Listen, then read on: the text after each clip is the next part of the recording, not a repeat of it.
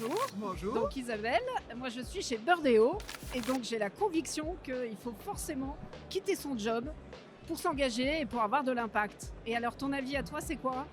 Bonjour, moi je m'appelle Catherine, je travaille chez EDF et mon avis c'est que non, on n'a pas besoin de démissionner, de se désengager. Au contraire, on peut rester engagé toute sa vie. Moi ça fait 25 ans que je bosse, ça fait 25 ans que je suis engagée dans des associations par ailleurs, en dehors de mon job et dans mon job.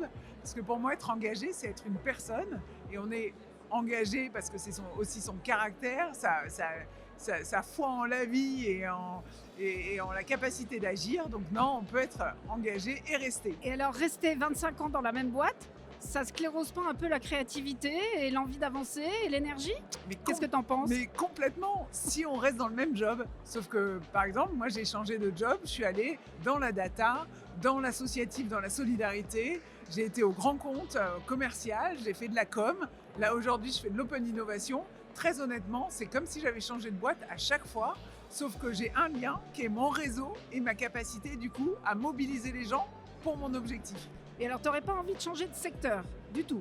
Mais en fait, je change de secteur. Quand je suis dans la data et dans la solidarité pour la même boîte, je suis dans des secteurs complètement différents. L'un, je suis sur la précarité énergétique et l'autre, je lance l'open data d'EDF. Aucun rapport. T'as une chance folle parce que le groupe t'ouvre tous ces champs de créativité, de relationnel qui sont hyper importants pour comprendre la complexité en fait de l'impact. Mais tu penses pas qu'il y a des gens qui ont aussi besoin à un moment de se poser, de faire un pas de côté et de se dire bon, tous ces gens-là, je les connais. Il faut que j'aille aider une boîte peut-être de taille intermédiaire, peut-être une petite boîte qui a peut-être besoin de mon énergie. Donc ça vaut le coup de changer de côté de la rivière. Je peux le faire, j'ai la possibilité de le faire et je peux partir en PAM pendant 5 ans et revenir ensuite. Donc ça, c'est une bouffée d'air frais qu'on a. On propose aussi à nos salariés d'aller faire des immersions dans des startups pour aller proposer leurs compétences et voir ce qui se passe ailleurs. Et puis effectivement, il y a des salariés qui viennent, qui vont, qui repartent. Donc c'est une possibilité. Moi, je suis ouverte à tout, pourquoi pas. Si on me propose un job qui me fait rêver, mon seul moteur, c'est de m'engager, de vivre et d'avancer.